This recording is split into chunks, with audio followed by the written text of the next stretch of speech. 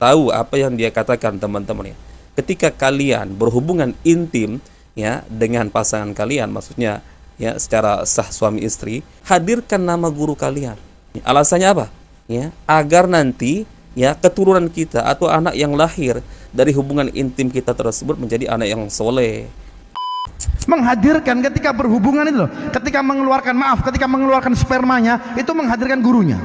Allahu Akbar. Makanya kita lihat kan banyak murid-murid yang punya anak derajatnya, makomnya tinggi seperti gurunya. Karena kenapa? Ketika berhubungan suami istri menghadirkan gurunya. Assalamualaikum warahmatullahi wabarakatuh. Bertemu lagi di channel Nasrus Sunnah. Kita akan simak lagi seperti biasa teman-teman beberapa video random dari para kabib. Dan saya yakin sebagian dari kalian belum pernah ya mendengar video ini. Ini luar biasa ya Allah. Sangat-sangat menyesatkan teman-teman ya. Yang pertama dari Habib Idrus Alaidrus, kemudian nanti yang kedua dari Abdul Qadir Ba'abud. Ini kedua kabib ini teman-teman ya, salah satu raja dongeng ya dari klan Ba'alawi, dari sekian banyaknya teman-teman ya. Video kedustaan yang pertama dari Pak Kabib Idrus Alaidrus. Tahu apa yang dia katakan teman-teman ya.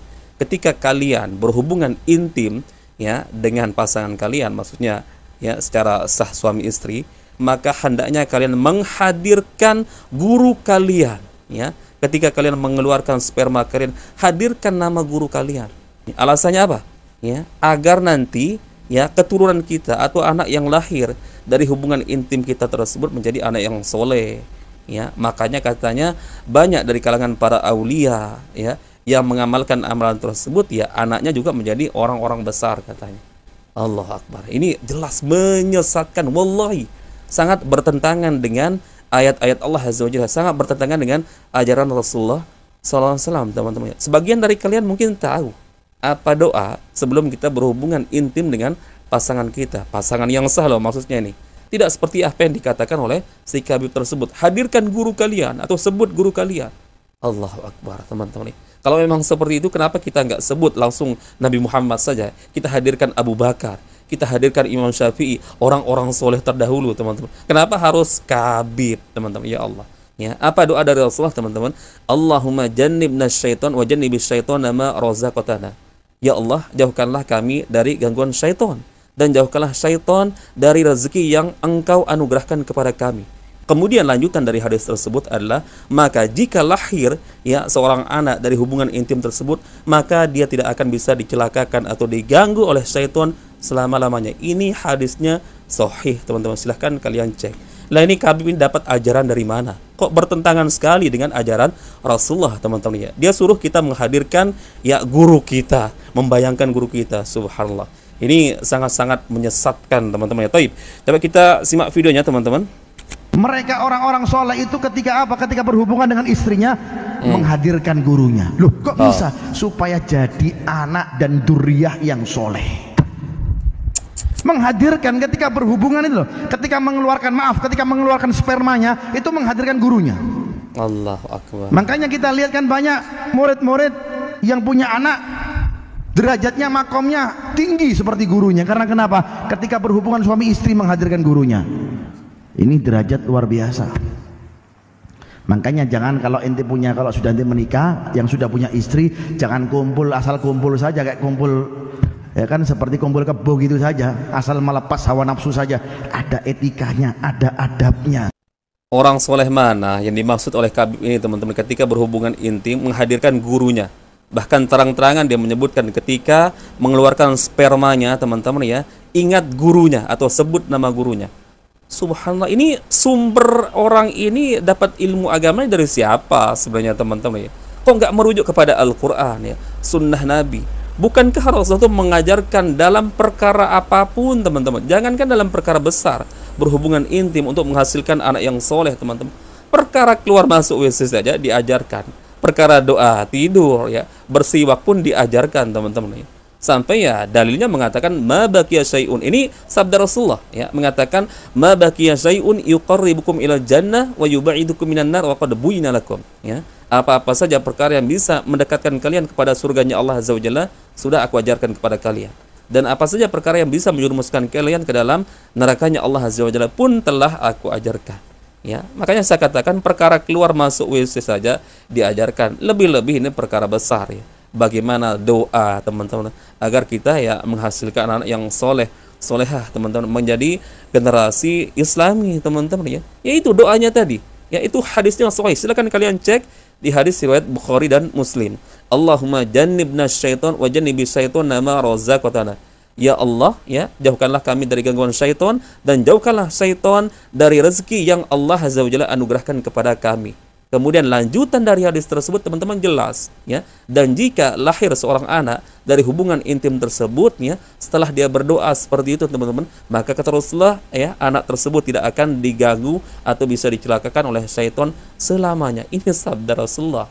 Nah, kalau kita compare dengan pernyataan si Khabib ini teman-teman, dari mana Khabib ini mendapatkan ilmu seperti ini? Kok berhubungan intim ya, menghadirkan guru, menghadirkan kiai, ulama misalkan. Kok nggak langsung menghadirkan Allah Azza wa Jalla, minta kepada Allah Azza wa Jalla. Lah inilah ajaran para sufi, para Khabib teman-teman. Ya, akidahnya ini teman-teman, mereka tuh lebih yakin kepada guru-guru mereka daripada kembali kepada Allah Azza wa Jalla teman-teman. Ya, faktanya ya seperti ini. Buktinya di video-video yang lain juga mereka justru mengajarkan kita, kalau kalian dalam kondisi sempit, ya, kondisi terdesak, butuh bantuan, maka sebutlah 3 wali tersebut, 3 wali ini. Ya, salah satunya katanya kalau nggak salah Habib Muhdawar teman-teman. Itu sudah meninggal semua loh. Itu perkara kesyirikan teman-teman. Ya Allah, ya. Ini nyata teman-teman ya. Justru dia tidak mengajarkan kita bagaimana ketika butuh sesuatu itu ya kembali kepada Allah, minta kepada Allah Azza wa Jalla. Padahal jelas Rasulullah ada di Sahih Bukhari mengajarkan kita doa sebelum berhubungan intim. Lah ini kok hadirkan guru katanya, agar bisa menghadirkan generasi yang soleh. Orang soleh yang mana? Kalau bukan dari kalangan kalian saja yang punya amalan-amalan aneh, menyesatkan, menyelisihi ajaran Rasulullah SAW. Gak akan kalian temukan teman-teman. Kalau kalian kembali kepada Al-Quran dan Sunnah, kalian akan mudah mengidentifikasi cerita-cerita bohong seperti ini teman-teman. Taib, kita sambung di video yang kedua. Ini luar biasa lagi. Kata Pak Abdul Qadir Ba'abud teman-teman ya, dulu zaman Rasulullah ada orang yang meminta izin katanya ya, sebelum malaikat maut itu mencabut nyawa, kalau bisa katanya SMS dulu biar orang tuh siap-siapnya. Ini kadang orang sedang bermaksiat, dicabut nyawanya, sedang berzina, misalkan sedang mencuri, sedang membunuh, dicabut nyawanya, jadi seakan-akan ya nggak ada kesempatan untuk bertobat. Lah, ya teman-teman, bener nggak ada kisah Rasulullah pernah ya ada orang bertanya seperti ini? Di kitab mana teman-teman? Ya, sedangkan ya dalam Al-Quran, dalam hadis-hadis teman-teman dijelaskan bahwa kematian itu tidak bisa dimajukan, tidak bisa dimundurkan ya. Contoh misalkan firman Allah dalam surah Al-Jumu'ah ayat 8 ya, Allah mengatakan kul innal mautal ladzi tafiruna minhu fa innahu mulaqikum thumma turaduna ila alimil ghaibi wasyahadah fayunabbiukum bima kuntum ta'malun. Katakanlah sesungguhnya kematian yang kamu lari daripadanya, maka kematian tersebut pasti akan menemui kalian. Ya, kemudian kalian akan dikembalikan kepada Allah Azza wa Jalla sampai selesai ayat tersebut teman-teman. Baik, coba kita simak videonya teman-teman. Ada satu orang datang ke Nabi mengatakan, Nabi, tolong usulkan ke malaikat. Kenapa? Kalau nyabut nyawa, tolong jangan langsung nyabut.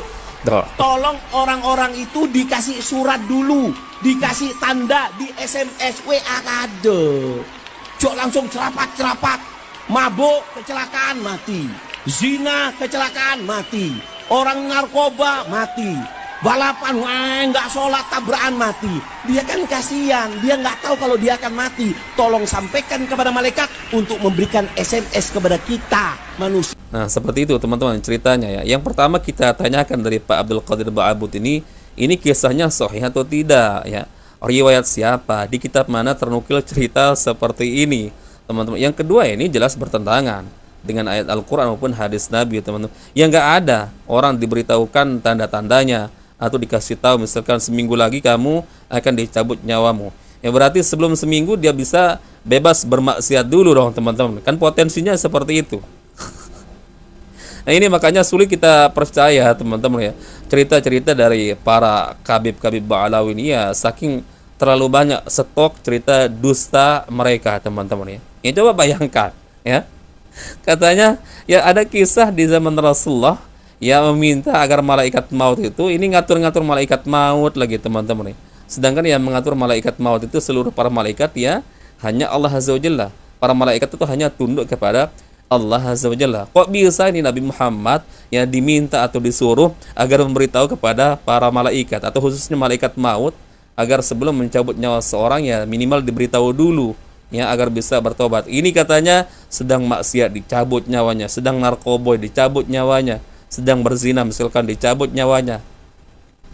Nah, itulah misteri kematian, gak ada yang tahu ya. Faedahnya apa? Ya agar kita selalu mawas diri, agar selalu bersiap siaga teman-teman, berada di jalan kebenaran ya, agar kita takut maksiat.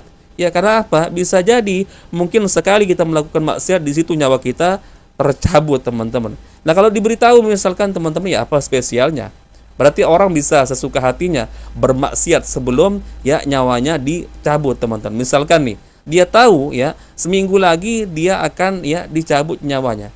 Berarti sebelum seminggu itu dia sudah bisa teman-teman bermaksiat sepuas-puasnya. Apakah seperti itu konsepnya? Ya Allah, teman-teman, ini jelas bertentangan dengan Al-Quran maupun hadis Nabi. Lah inilah anehnya dari para kabib-kabib ini teman-teman. Ceritanya ini selalu membagongkan teman-teman. Biar apa sih maksudnya? Coba kita pertanyakan, ini riwayat diambil dari kitab mana? Cerita seperti ini teman-teman. Jangan bawa-bawa Nabi SAW. Kalau sampai kisah ini dusta teman-teman, ya berarti ini dusta atas nama Rasulullah SAW, terkena dengan ancaman man kadzdzaba alayya muta'ammidan falyatabawa maq'adahu minan nar. Siapa sengaja berdusta atas namaku, kata Rasulullah, maka disiapkan tempat duduknya di dalam neraka jahanam teman-teman. Ya, taib. Mungkin itu bisa kita share di video kali ini, semoga bermanfaat teman-teman. Insyaallah kita bertemu lagi di video berikutnya. Assalamualaikum warahmatullahi wabarakatuh. Barakallahu fikum. Assalamualaikum warahmatullahi wabarakatuh.